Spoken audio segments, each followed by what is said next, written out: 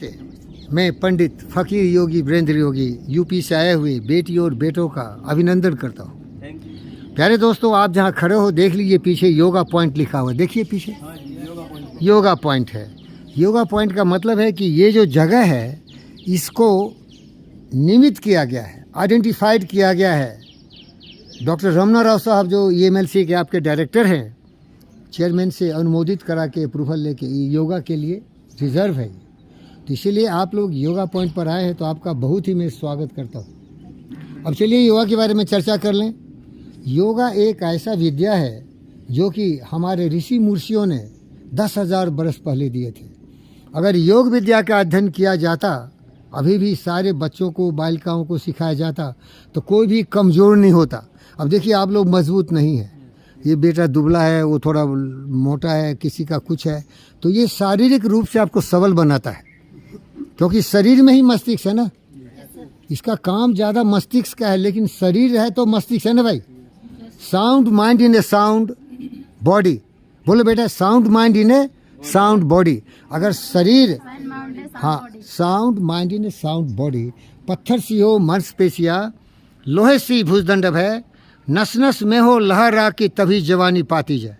अब हमारे महापुरुषों को देखिए, शिवाजी महाराज को देखिए, महाराणा प्रताप को देखिए, भगत सिंह, चंद्रशेखर आज़ाद, जितने भी हमारे देश के महान पुरुष हुए, शरीर से बहुत सबल थे। आप लोग उत्तर प्रदेश से हैं तो चंद्रशेखर आज़ाद को कौन नहीं जानता है। देखो क्या मोछे हैं, क्या तगड़ी है और क्या आज़ादी का दीवाना थे। तो आप लोगों को यही मैं रिक्वेस्ट करता हूँ, आपसे मैं आरजू करता हूँ कि आप उन महापुरुषों के चरित्र पर चलिए। वो लोग महान योगी थे, कर्मवीर थे, देशभक्ति के लिए जीवन को समर्पित कर दिया।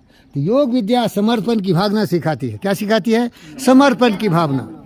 और आप लोगों को मुबारकबाद देता हूँ कि आप लोग यहाँ एक मेडिकल इमरजेंसी टेक्नीशियन के रूप में ज्वाइन कर रहे हैं।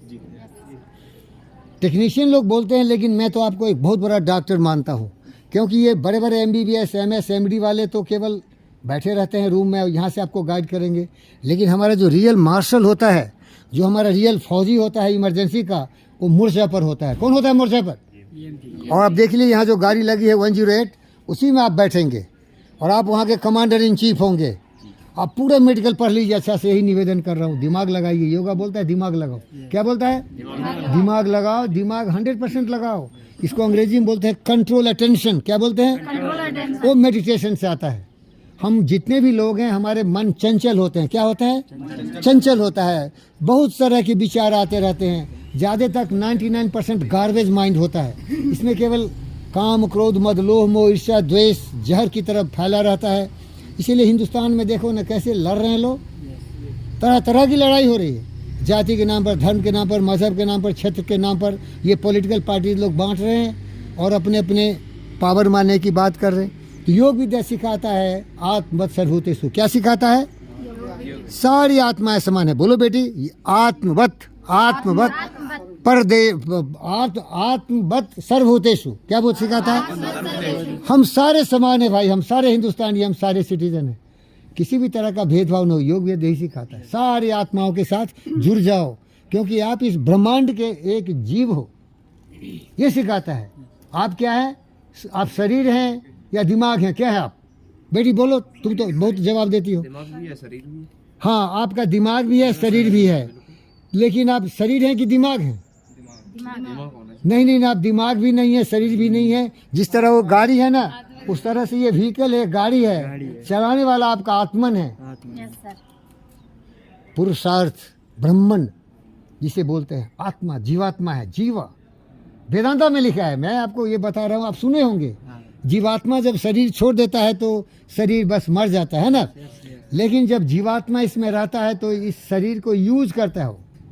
हाथ उठाइए आप। ये हाथ है क्या आप? नहीं, ये आपका हाथ है, लेकिन आप हाथ नहीं। क्या बेटा, आप हाथ उठाओ बेटी। ये हाथ आप नहीं है ना, ये हाथ आपका है।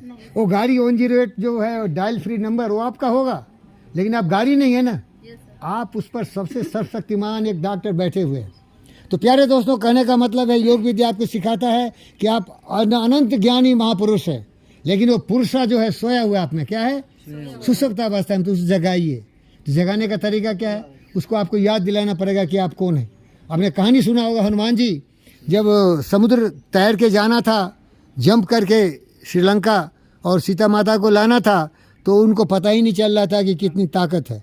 तो आप सुने होगा, कहानी नहीं सुनाऊंगा, लेकिन जब उसको प्रेरित किया गया, उसके बारे में उसको जानकारी दी गई, तो बजरंगबली विराट रूप लिए और समुद्र जंप करके सीता को। इसी तरह आप लोग उतने शक्तिशाली हैं, हर व्यक्ति उतना ही शक्तिशाली है, हर में वो तेजस्वी बुद्धि विवेक है। आपको उसको जगाने के लिए क्या करना पड़ेगा?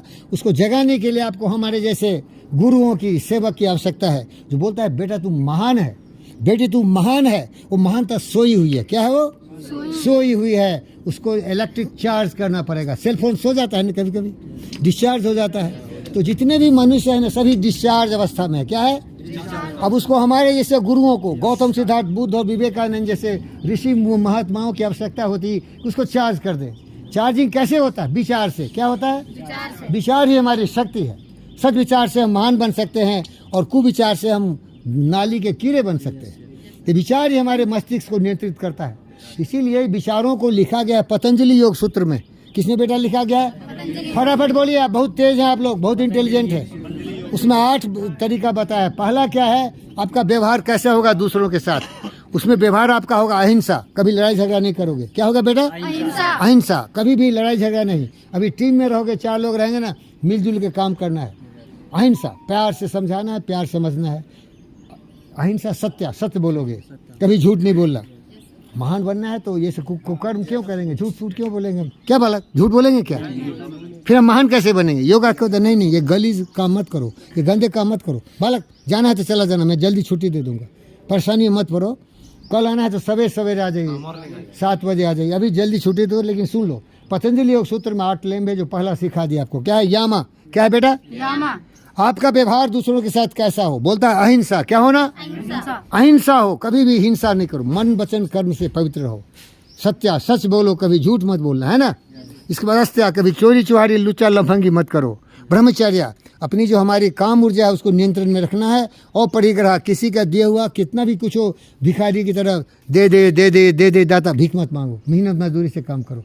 इतना ही यहाँ ख़त्म करता हूँ। इसके बाद कुछ आसन सिखाता हूँ, कुछ मेडिटेशन सिखाता हूँ। अब देखो मेडिटेशन क्या होता है, एक उदाहरण दे रहा हूँ।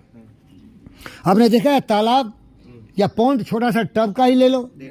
टब का जो सरफेस है कब दिखेगा आपको? जब पानी साफ हो, उसमें गंदगी नहीं हो और उसमें हिलोरे नहीं आ रहे हो। तो हमारा माइंड वैसा ही टब जैसा है। माइंड जो है ना टब जैसा है, ये पवित्र तभी रहेगा जबकि उसमें गंदे विचार नहीं हो और बहुत तरह के विचार नहीं हो, एक ही विचार हो। समझ गए बेटा?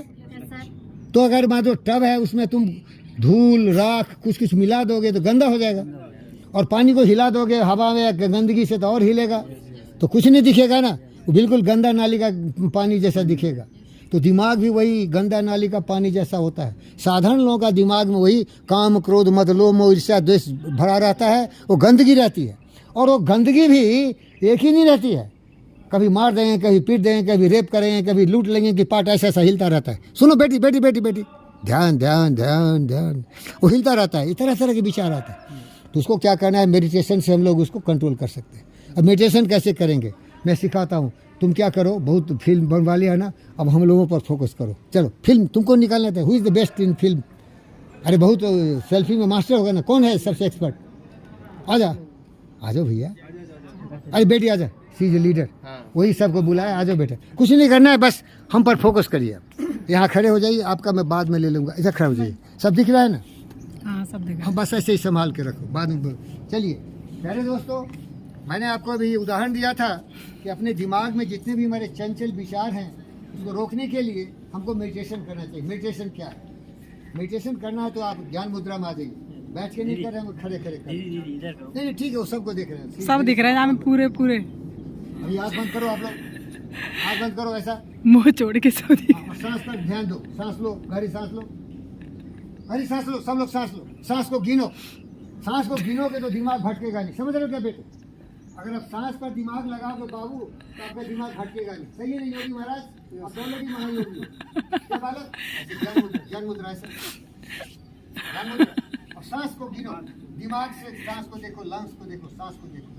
हो गया? सांस देख रहे हैं आप? हो गया। दिमाग भटक रहा है क्या? नहीं भटक रहा है ना? अब क्या करो, यहाँ ओम का एक पिक्चर देखो। ओम ऐसा लिखा जाता है ना, ओम का पिक्चर, और बोलो फिर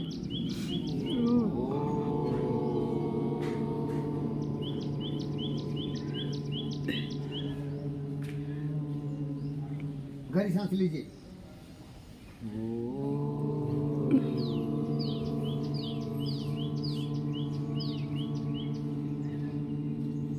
समय कम इसीलिए भी होता है मेडिटेशन, समझ गए।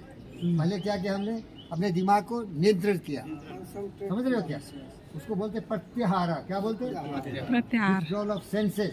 हमारे दिमाग जो भटक रहे थे ना, उसको सांस में लगा दिया। काम लगा दोगे तो भटकेगा नहीं ना, काम लगा दिया। दिमाग खाली, दिमाग शैतान काटा, तो काम दे दिए उसको, दे दिए ना काम। सांस को गिनो, अब वो दिमाग का सांस में लेने लगा, समझ गए।